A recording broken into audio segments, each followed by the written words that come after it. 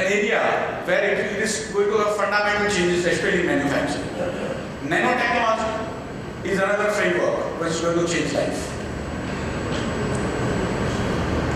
Genetic engineering is going to be another, actually modified agriculture, genetically modified agriculture and so on and so forth. Effectively, I think I'm running out of time, but I just wanted to give you a perspective what I think sitting in India and how you can make your policies, not look at rear view mirror, understand the future, and probably your country will be the winner. Thank you very much for calling.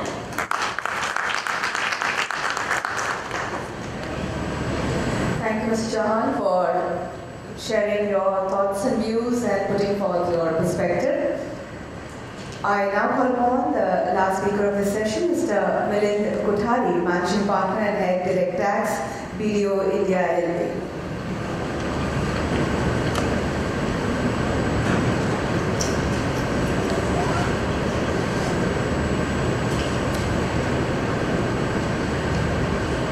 Good morning, everyone, and thank you for the opportunity to give a presentation on the current environment in India. And the theme of the presentation is India an attractive investment destination from the perspective of attracting foreign direct investment. And here is a scorecard in front of us, which is an extract of the World Economic Forum's annual report. So there are 5 indicators of how India has performed. The first one being the Global Competitiveness Report, in which India came in number 71. Then we have the macroeconomic environment as a benchmark, on which we are 101, just above Argentina, which is just defaulted on its debt, so it just puts us in a place that is not in the best zone. In the infrastructure category, India was ranked at 87. India, of course, did very well in the financial market development with a rank of 51, which is ahead of China, which is ranked 54. Finally, in the labor market efficiency survey, India was 112th, just managed to be ahead of Sri Lanka. So if you look at the key performance indicators on these 5 benchmarks, India is probably seeming to be below average on most of the indicators. But yes, of course, most importantly, India still is ranking number 3 in the world in the market size after US and China. So yes, there is a huge potential in India which is lying untapped at this point of time. But we do need to do a lot of homework to attract investment in India, for sure. Apart from that, India is also attracted the 4th largest recipient of FDI in terms of the projects in 2012, behind US, China, and UK. And sectors such as telecommunication, transportation, financial and non-financial services attracted a huge amount of inflows in India. And the new FDI sources have opened up. So we had the conventional openings from US, Japan, UK, Germany, but we also now have Singapore, Malaysia, and Thailand investing in India in a major way. In fact, we have a promise from the Japanese Prime Minister just a couple of weeks ago of promising to invest $35 million in the next 3 years of time. So we are seeing a huge amount of inflows, and we should expect that in the coming years. But yes, of course, we have also emerging competition from other countries in terms of where the FDI is actually going. So we have new markets such as Indonesia, Philippines, and Thailand, which is posing serious competition to the Indian manufacturing sector. Just look at the snapshot of where is the FDI going in 2012 and in comparison to the gross domestic product. And so we have India at 24 billion, China 296, which is almost 12 times of India. Then we have Philippines, which is 3, Indonesia is 20, Vietnam is 8, and Malaysia is 10. Well, it of course looks like that India is probably ahead of Indonesia, Vietnam, and Malaysia on the numbers. But really, that's not the right indication, because the Indonesian economy is about 1/3 of India. The Vietnam economy is almost 1/15 of India, and the Malaysian economy is almost 1/6 of India. So the comparison is quite obvious to say that India is still far behind the FDI's potential that we should realize in terms of investment that comes into India. We also have competition amongst countries in terms of China's competency. We already had a presentation from the chairperson today in terms of what is happening in the subsidy sector as far as steel is concerned. It's a manufacturing powerhouse in the world, used to develop infrastructure, pro-FDI policies. Then we have Philippines, which has got a highly skilled and English-speaking population. Indonesia, which has a very strong macroeconomic situation in this part of probably the lowest unit labor cost in Asia Pacific at this point of time. And then we have Vietnam, which is a population based in close proximity to China, which is working in its favor and better positioned to doing business in towards their standards. Malaysia is probably one of the most technology developed of the economies that compete with us. And then thereafter we have Thailand, South Korea, UAE to contend as well. If you look at this snapshot of the competition, clearly Indonesia, Vietnam and Malaysia is benefiting significantly from the proximity of the Chinese economy. And that's one of the key issues that is there for us to look at in terms of competition. Let's quickly look at what has really happened in the last few years. So we had almost a policy freeze frame for the last 5 years. Very little really happened on the policy front. So we have a complexity and an uncertainty involved in doing business. The report which came out, which was published by the World Bank, which ranked India 134 out of the 189 countries.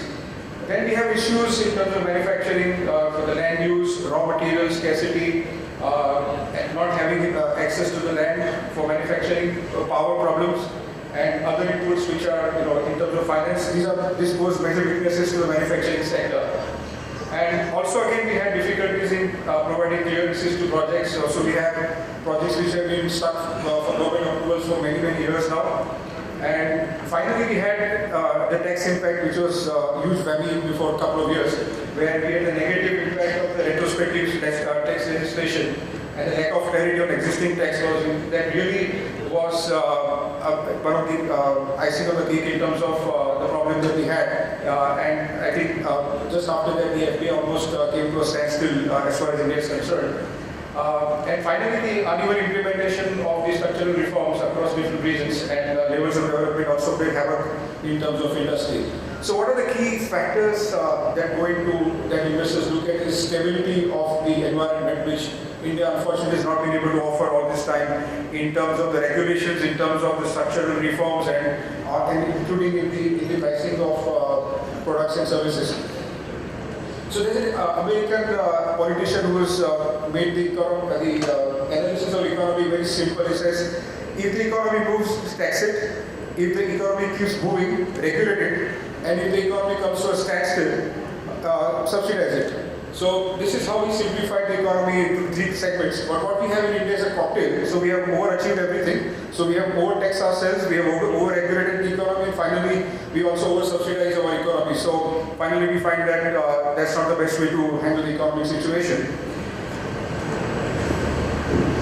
But of course I think we are on the cusp of a major change in how economy is perceived in India and how the world perceives us. So maybe the investment is still not picked up, but the interest is really picked up at this point of time in India. And that we can thank the Modi government for that. We have a story which is of only 100 days at this point of time in front of us, what the Modi government has achieved in this direction. One of the first things that comes to my mind is the Dhan Yojana, which is providing a free zero balance bank account, which is going to be given access to millions of people in India. The target is 15 crores, roughly 50 million people in India would be able to access this. And in the first week itself, we achieved 20% of this target, which is humongous in terms of the size and scale of what this potential brings to India. So in terms of financial inclusion, which is one of the major objectives in front of the current government, I think this was a great step to look at. The biggest challenge, of course, has been the manufacturing industry, which is supposed to provide jobs, is supposed to provide a contribution to the growth of GDP. And the last couple of years, especially in 2012 and 13, the growth of the manufacturing sector was almost negligible, probably 1% in 2012 and little shade under 1% in 2013. So we have a lot to achieve and look at in the manufacturing sector. We have now this platform. It is a 24/7 single portal to create a business and investor-friendly ecosystem. Then we have also seen the announcement coming from the government of building 100 smart cities in terms of having world-class infrastructure in at least 100 cities to begin with. The current estimate is that each of the cities will require 35,000 crores of investment annually to bring into a shape and provide this infrastructure for growth. And there is a committee that's being set up. I think probably in the next 6 months of time we'll see the takeoff on this subject. Then we have establishment of export promotion mission. Then we have funding for commercial entrepreneurs and startup companies as well to look at. There are several simplified ways of how the government wants us to look at. So the approval process is reduced at the maximum to only 8 approvals for any project, which is really welcome. We've seen in the past multiple approvals that were required to set up industries, which really slowed down the system. All states in India to work and develop an industry policy which is going to be cohesive in nature. Another flagship message that the Indian government is giving the Prime Minister of India is Make in India, global manufacturing hub, and probably we see the launch of this in a major way somewhere in this month from the Prime Minister. Simplification of business regulation is again very timely and required, which government is working on. Mechanism of technology development in terms of concessions, forms of tax and government subsidies for indigenous development of technology will come in through as well. And finally, small sector incentives for setting up industries should be very welcome for it as well. We also have a couple of more developments that we've seen in the last 100 days in terms of NIMS again taking off in a major way. Then a very important milestone that we have started believing in for the last 60 years is the Planning Commission being made redundant by the Prime Minister, and a new institution is going to come in place which will have a new design, a new structure, a new thinking and faith. So that's been promised to us as well. And finally, we're going to see e-commerce being made available to every village in the country. So these are some really big takeaways that the Modi government has given to us in the last 100 days.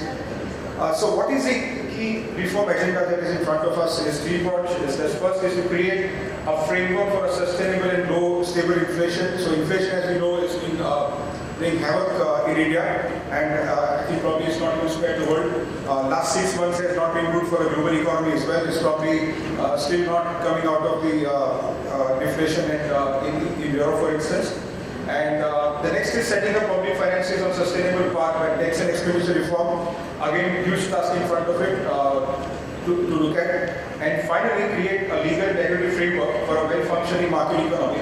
The key goal is to move from a control and command economy, which we have seen for the last few years, to a market-driven economy, which is a big dream for us to look at in India. We have certain challenges, and we continue to have those challenges in terms of the labor force. We need to improve our labor regulations and our skills, and move towards more flexible laws. We need immediate change in tax policies. Number one, we have to have a very stable tax architecture available to the investors. We're looking forward to introduction of GST, which will be a path-breaking legislation in India. Probably something that we've not understood the spectrum of change that we bring. Direct tax code again needs to be revamped and probably introduced in the next budget thereafter. And certain NTFs provisions which will be investors' confidence as well. One of the key challenges before the government is that, of course, you can regulate and make new laws, but how do you change the tax administration? So we need to have a predictable and stable tax environment, which is a very, very important part. And I can give an example of a particular ways in which we implemented our tax system in terms of transfer pricing. So transfer pricing globally is known for the address of transfer pricing is to see that there is no tax evasion. Whereas in India, transfer pricing officers are given a revenue target, which is unheard of anywhere in the world. And this is coming out of the Shore Committee report on the tax administration reform. So there is a lot of work to be done in tax administration reform that we should look forward to. Simplification of regulatory laws and duration to set up business in India should be one of the top priorities that we should look at. The infrastructure that we need to develop and bring forward in terms of power supply, effective connectivity, these are going to be big game changers for us going forward. And we need to encourage collaboration between the private and the public sector so that the economy can move on a fast track. The final thing is we are expecting also the new foreign trade policy by end of this month. And Ms. Nirmala Sitharaman, who's the new on Finance, Commerce and Industry Minister, has promised that it's going to be a very different and document, and it's going to create a very stable and strong environment for businesses. The new FTP is also going to be looking at including strategy, goals, roadmaps, and time frame for increasing exports. Very, very honorable objectives of the Commerce Minister. And also it will focus on a wide range of issues, including enhancing services for exports. The old procedures, regulations that you see in the current policy from India with treatment to suit the requirement of exporters and probably look at how the other economies perform in this direction as well. The pre-policy suggestions have been given by the trade bodies to the government for the as a recommendation for the new foreign trade policy. The customs and banking regulations also have been updated for after discussion with authorities on this subject. So we can look forward to a reduction in transaction cost as well. One of the key things is the SEZ, which is under stress from the tax regulation as well. So we're looking forward to significant amount of announcements on this front in the new foreign trade policy. I think this could be huge takeaways for us in the new next 5 years of the Modi government, at least to begin with. And we hope that India again becomes very competitive as a country in comparison to other countries. So thanks a lot for